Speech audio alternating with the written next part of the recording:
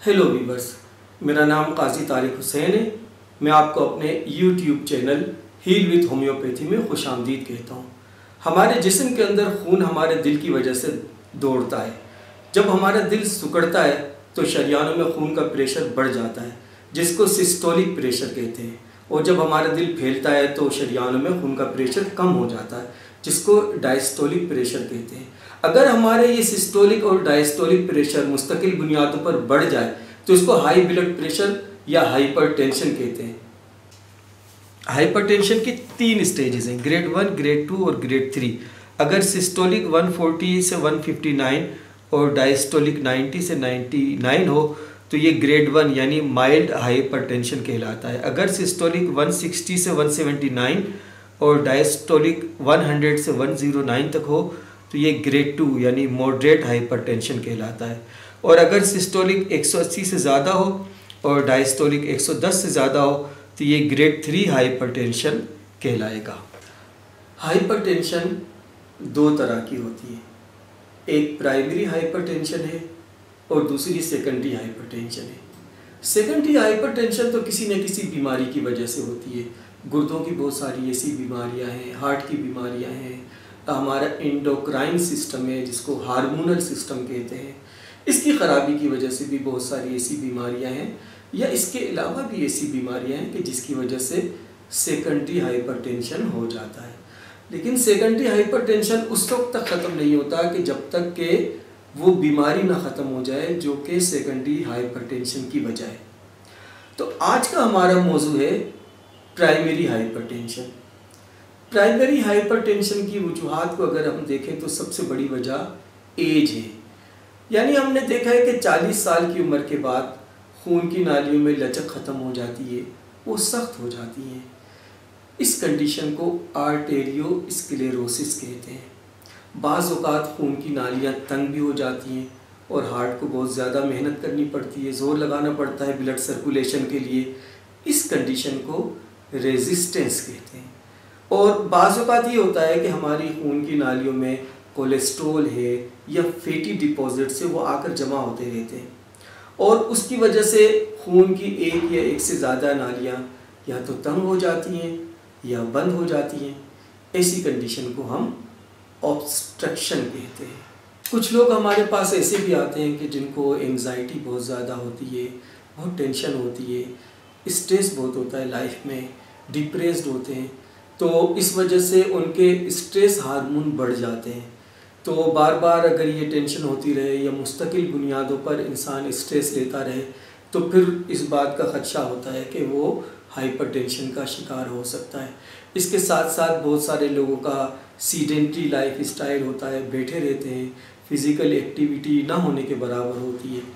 कुछ लोग ऐसे भी हैं कि जो बहुत ज़्यादा ओवरवेट होते हैं, वज़न ज़्यादा होता है, या बाज़ लोग सिगरेट बहुत ज़्यादा पीते हैं, ड्रिंक्स ज़्यादा लेते हैं, तो ऐसे लोगों को भी ये बीमारी हो सकती है।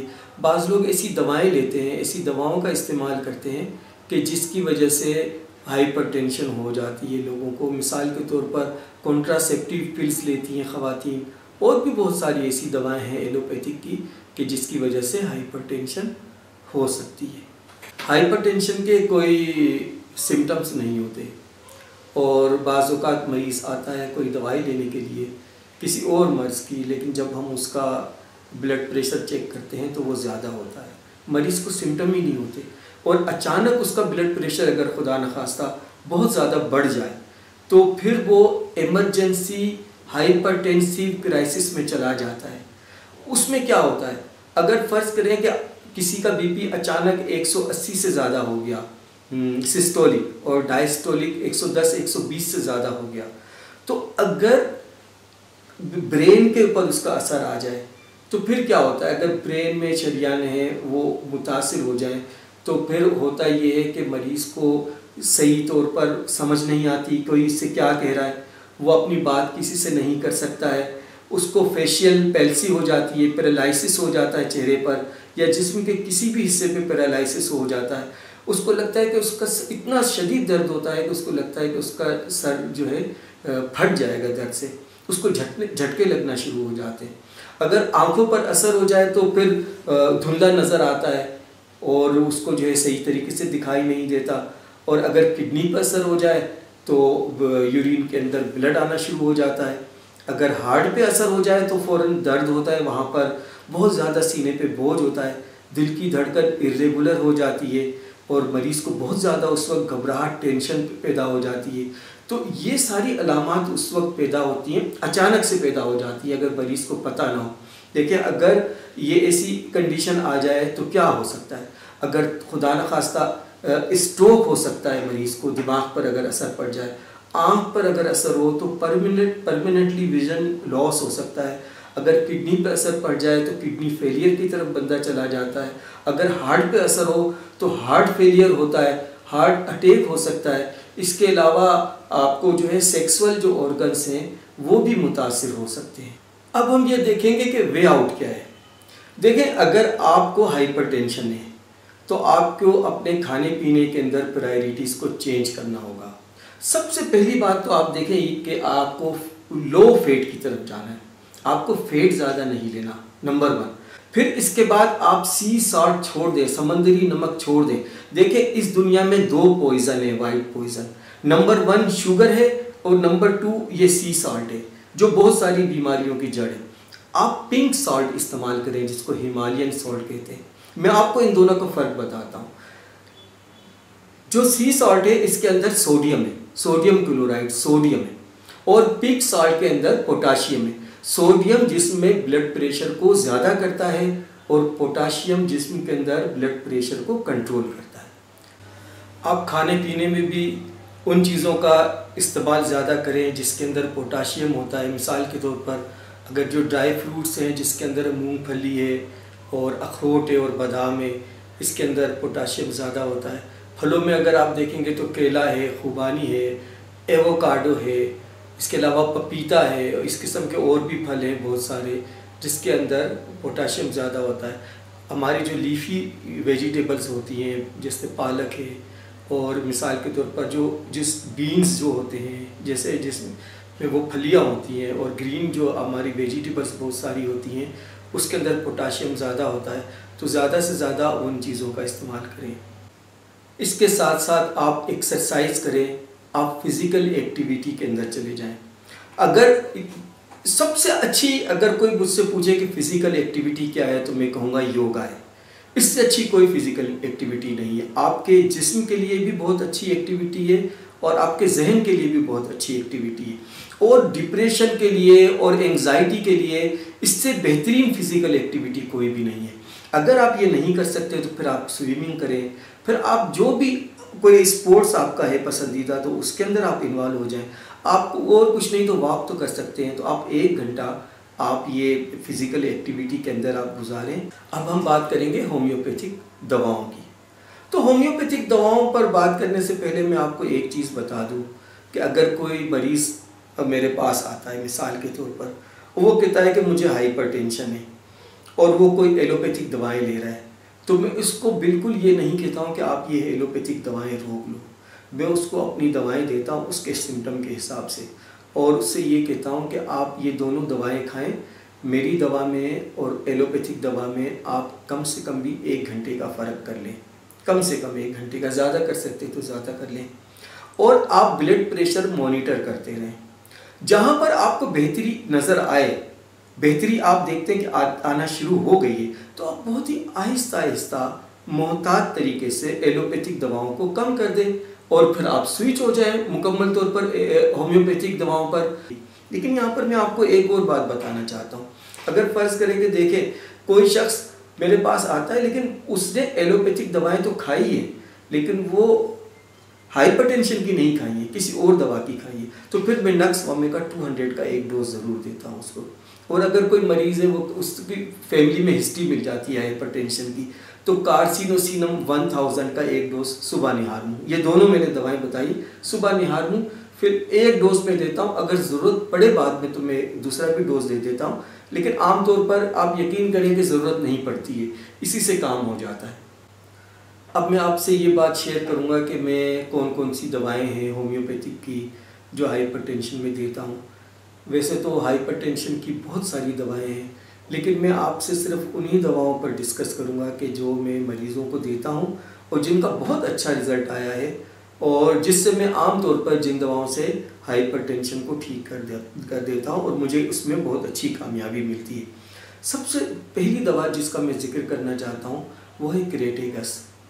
क्रेटेगस एक ऐसी दवा है कि जो मदर टिंचर में भी काम करती है, 6C में भी काम करती है, 30C में भी काम करती है। जब मरीज़ मेरे पास आता है और वो कहता है कि मुझे हाइपरटेंशन है, मैं उसका ब्लड प्रेशर चेक करता हूँ, अगर उसका BP ज़्यादा होता है, उसका हाइपरटेंशन उसको होती है, चाहे कोई भी स्टेज हो, मैं क्रेटेगस शुरू कर देता हूँ। 10 कतरे सुबह को, 10 कतरे दोपहर को, 10 कतरे रात को, आधा कप पानी में, ये उसको मैं देता हूँ। जब वो मैनेजमेंट शुरू हो जाती है उसकी और ब्लड प्रेशर उसका कम होना शुरू हो जाता है, तो मैं मदर टिंचर बंद करके क्रेटेगस 6C में शुरू कर देता हूँ। और इसके बाद जब और स्टेबल हो जाता है मरीज़, तो फिर मैं 6C बंद करके क्रेटेगस 30C में देता हूँ। इस तरीके से मुझे बहुत कामयाबी हुई है और बहुत सारे मरीज़ मैंने ठीक किए हैं। इसके बाद जो दूसरी दवा है वो है रावल्फिया। रावल्फिया मदर टिंचर बहुत अच्छी दवा है। अगर क्रेटेगस रिजल्ट नहीं देता तो मैं रावल्फिया से उसका रिजल्ट आ जाता है। कभी किसी तीसरी मदर टिंचर की मुझे ज़रूरत नहीं पड़ी यहाँ पर हाइपरटेंशन को कंट्रोल करने में। मैं आपसे सिर्फ अपने तजुर्बे की बात करता हूँ। अच्छा, बाज़ मरीज़ ऐसे होते हैं कि जिनको हाइपरटेंशन भी होती है और उनका जो कोलेस्ट्रॉल लेवल भी ज़्यादा होता है। तो ऐसी सूरत में क्या करता हूँ मैं कि एक दवा है allium sativa. Allium sativa mother tincture, इसके 10 कतरे सुबह को, 10 कतरे दोपहर को और 10 कतरे रात को, आधा कप पानी में। तो मैं आमतौर पर मेरा अपना तरीका आपसे बता रहा हूँ कि मैं अगर उसको वो क्रेटेगस मरीज़ को मैं दे रहा हूँ या फिर मैं रावल्फिया दे रहा हूँ, उसके साथ में एलियम सटाइवा दे देता हूँ। मतलब ये कि मैं कहता हूँ कि आधा कप पानी ले लें, आधा कप पानी ले लें और उसके अंदर 10 कतरे क्रेटेगस के डाल दें और 10 कतरे जो है वो एलियम सटाइवा के डाल लें। तो ये 20 कतरे हो गए। आप सुबह को पी लें, इसी तरह दोपहर को पी लें, इस तरह शाम को पी लें। तो आहिस्ता आहिस्ता ये होता है कि महीने, 2 महीने के बाद, 3 महीने के बाद जब रिजल्ट उसका ब्लड चेक होता है तो उसका कोलेस्ट्रॉल लेवल भी कम होना शुरू हो जाता है और मरीज़ का जो है हाइपरटेंशन भी कम होना शुरू हो जाता है। अब मैं आपसे जिक्र करना चाहता हूँ उन मरीज़ों के बारे में कि जिनको स्ट्रेस लेवल ज़्यादा है, जो हाइपरटेंशन, जिनको डिप्रेशन की वजह से है, जो या कोई परेशानी है या शौक है, जिनका साइकोलॉजिकली जो बहुत ज़्यादा डिस्टर्ब है, यूँ समझ लें आप। तो ऐसे मरीज़ों को सबसे पहली जो दवा है वो मैं देता हूँ नेट्राम्योर 30 में। नेट्राम्योर 30 के अंदर देने से आमतौर पर ऐसे मरीज़ काम डाउन होना शुरू हो जाते हैं, उनका स्ट्रेस लेवल कम होना शुरू हो जाता है और इसी तरीके से उनका हाइपरटेंशन का जो लेवल है वो भी कम होना शुरू हो जाता है। ऐसे मरीज़ों को नमक बहुत ज़्यादा पसंद होता है और ऐसे मरीज़ आमतौर पर अलग थलग रहते हैं, लोगों के साथ ज़्यादा मिलना जुलना पसंद नहीं करते हैं और ऐसे लोगों को सर दर्द भी अक्सर रहता है। एक और अलामत भी ऐसे मरीज़ों में पाई जाती है, वो ये होता है कि उनको एडेमा होता है, या तो आँखों के, ज़्यादातर आँखों के इर्द गिर्द होता है या पैर में होता है। अगर उंगली से वहाँ पर एक वर्म की तरह होता है, सोजन की तरह, और उंगली से आप दबाएं तो वहाँ पर घड़ा पड़ जाता है, मतलब वहाँ पर पानी होता है। तो ऐसी कंडीशन में नेट्राम्योर बहुत अच्छा काम करती है। और अगर नेट्राम्योर काम ना करे, कोई शख्स डिप्रेस्ड हो, हाइपरटेंसिव हो, नेट्राम्योर काम ना करे, तो फिर मेरे पास उससे एक गहरी दवा है जो मैं इस्तेमाल करता हूँ, वो है ऑरम मेटालिकम। ये भी मैं 30C में इस्तेमाल करता हूँ और इसका बहुत अच्छा रिजल्ट है। अगर नेट्राम्योर का रिजल्ट नहीं आया तो ऑरम मेटालिकम का रिजल्ट आ जाता है। अगर ये नेट्राम्योर और ऑरम मेटालिकम 30C में अच्छा रिजल्ट ना हो तो फिर मैं 200C में भी देता हूँ। ऑरम मेटालिकम में बाज़ औक़ात 100C में भी देता हूँ और 10M में भी देता हूँ अगर रिजल्ट नहीं आए तो। ये ऊपर की, जितने ऊपर पोटेंसी देंगे तो बहुत अच्छा रिजल्ट आता है, लेकिन मैं स्टार्ट 30 से करता हूँ, क्योंकि देखिए अगर 30 से काम हो जाता है और अक्सर हो ही जाता है तो फिर हायर पोटेंसी देने की क्या ज़रूरत है। अब मैं आपको ये बता रहा हूँ, कुछ ख़वातीन ऐसी होती हैं, ऐसे केस आते हैं, बहुत आते हैं, ख़वातीन ऐसी आती हैं कि जिनका पीरियड बंद हो जाता है, मेंसेस बंद हो जाते हैं और ब्लड प्रेशर हाई हो जाता है। ऐसा 2 कंडीशन में होता है, या तो फिर मेनोपॉजल सिंड्रोम होता है तो वो तो फिर 40 और उससे ज़्यादा होता है, और अगर उससे पहले भी हो तो कोई भी वजह हो सकती है। तो फिर ऐसी ख़वातीन की दवा है लेकेसिस 200C में, लेकिन ये 200 से कम में बिल्कुल कभी भी इस्तेमाल नहीं कराता हूँ मैं पेशेंट्स को, हमेशा 200 या इससे ज़्यादा में इस्तेमाल करवाता हूँ। तो लेकेसिस 200C में बहुत अच्छा रिजल्ट देती है। इससे न सिर्फ पीरियड आ जाते हैं बल्कि हाइपरटेंशन भी उससे दूर हो जाता है। अगर उससे पीरियड ना भी आए तो फिर अगर मेनोपॉजल सिंड्रोम है तो फिर कोई और दवा देने की ज़रूरत नहीं होती है। देखिए ये बात मैं आपको बहुत काम की बता रहा हूँ यहाँ पर। अगर मेनोपॉजल सिंड्रोम है तो पीरियड वापस नहीं आएंगे। लेकेसिस वहाँ पर उन अलामात को भी ठीक करेगी, जो जहनी अलामात है उसको भी ठीक करेगी और हाइपरटेंशन को भी ठीक करेगी। ये बिल्कुल आजमाई टेस्टेड दवा है। और अगर किसी वजह से पीरियड रुक गए हैं, एज इतनी ज़्यादा नहीं है, तो लेकेसिस देने के बाद जब ब्लड प्रेशर नॉर्मल की तरफ हो जाए तो फिर ऐसी दवाएं देनी पड़ती हैं कि जिसके साथ पीरियड जो है वो रेस्टोर हो जाए। अब मैं आपसे बात करूंगा एक और दवा की, उसका नाम है ग्लो9। ये दवा 30C के अंदर बहुत अच्छा काम करती है। यह आमतौर पर उस वक्त दी जाती है जब हाइपरटेंशन में सर की तरफ बहुत ज़्यादा उसका इम्पैक्ट आता हो। देखें क्रेटिकस जो है उसके अंदर क्या होता है कि मरीज़ ये कहता है कि मेरी दिल की धड़कन तेज़ हो गई है, मैं ज़रा भी चलता हूँ तो मेरी दिल की धड़कन तेज़ हो जाती है, मुझे घबराहट हो रही है, मुझे परेशान। मतलब क्रेटिकस का जो इम्पैक्ट है वो हाइपरटेंशन में वो हार्ट की तरफ है, तो क्रेटिकस की तरफ जहन जाता है। लेकिन अगर किसी को हाइपरटेंशन हो और वो अलामत बताएं जो उसके दिमाग के ऊपर असर डाल रही है तो फ़ौरन जहन जो है ग्लोन की तरफ जाता है। ग्लोन के अंदर एक और मैं अलामत आपको बताऊं जो बिल्कुल पक्की अलामत है, वो ये है कि मरीज़ अक्सर कहता है कि डॉक्टर साहब इतना मुझे सर में दर्द होता है, मुझे लगता है कि मेरा सर जो है फट जाएगा। और दूसरी बात ये अक्सर वो कहता है कि मुझे चक्कर आ रहे हैं। क्योंकि देखें जब इंसान के दिमाग के अंदर ब्लड की सप्लाई कम होने लगती है, ऑक्सीजन की सप्लाई कम होने लगती है, तो फिर क्या होता है, ये फिर इंसान का एक नेचुरल मैकेनिज्म काम करता है, उसको चक्कर आते हैं और वो गिर जाता है। जैसे ही वो गिरता है वहाँ पर ब्लड की सप्लाई तेज़ हो जाती है और उसको वहाँ पर जो है वो रेस्टोर होती है और वो एक ऐसी कंडीशन जो बहुत ही ख़तरनाक है उससे बच जाता है। तो अगर चक्कर आ रहे हों, जहन की तरफ ज़्यादा अलामत हों, तो आप जो है उसको सोच सकते हैं ग्लो9 की तरफ। एक कंडीशन और है जो मैं आपसे यहाँ पर डिस्कस करना चाहता हूँ। वो कंडीशन ये है कि बाज़ औक़ात ऐसा होता है कि सिस्टोलिक प्रेशर तो बहुत ज़्यादा होता है लेकिन डायस्टोलिक प्रेशर कम होता है।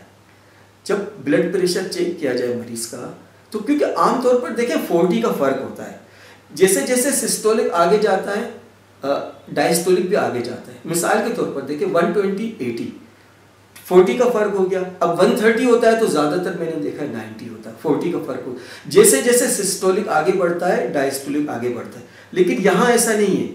यहाँ पर सिस्टोलिक तो आगे बढ़ा है लेकिन डायस्टोलिक कम है या बढ़ा ही नहीं है। तो ऐसी कंडीशन में क्या करते हैं, ऐसी कंडीशन में दवा है बराइटाम्योर 30C में बहुत अच्छा काम करती है। ऐसी कंडीशन में ये 4 गोलियाँ दिन में 4 दफ़ा, 30 की दवाएँ में 4 मतलब दिन में डोज देता हूँ, सुबह दोपहर शाम रात। 200 की दवा हो तो आमतौर पर मैं 3-4 दिन में एक दफ़ा देता हूँ, लेकिन बाज़ जैसे मैंने ये दवा बताई आपको लेकेसिस ऐसी दवा है कि वो हफ्ते में एक बार दी जाती है। यहाँ मैं आपको एक बात बताना ज़रूरी समझता हूँ कि आप मदर टिंचर की जो दवाएं लेंगे उसके साथ आप डाइल्यूशन में जो पोटेंसी में जो दवाएं जो मैंने आपको बताई हैं, जैसे 6C में कोई दवा हो या 30C में हो या 200 में हो या उससे ज़्यादा पोटेंसी की हो तो वो आप ले सकते हैं। लेकिन 2 दवाएं जो पोटेंसी की हैं वो एक साथ नहीं ले सकते। तो इस बात का बस आप ख्याल रखिएगा, क्योंकि मैं अक्सर मदर टिंचर के साथ पोटेंसी की दवाएं ज़रूर देता हूं। मदर टिंचर ये करता है कि ब्लड प्रेशर को जो है कंट्रोल करता है और जो हायर पोटेंसी है वो आहिस्ता आहिस्ता जिस्म में जाकर वो उसकी जो मेडिसिनल पावर है और जो करेक्टिव पावर है वो बीमारी की जड़ को ख़त्म करती है।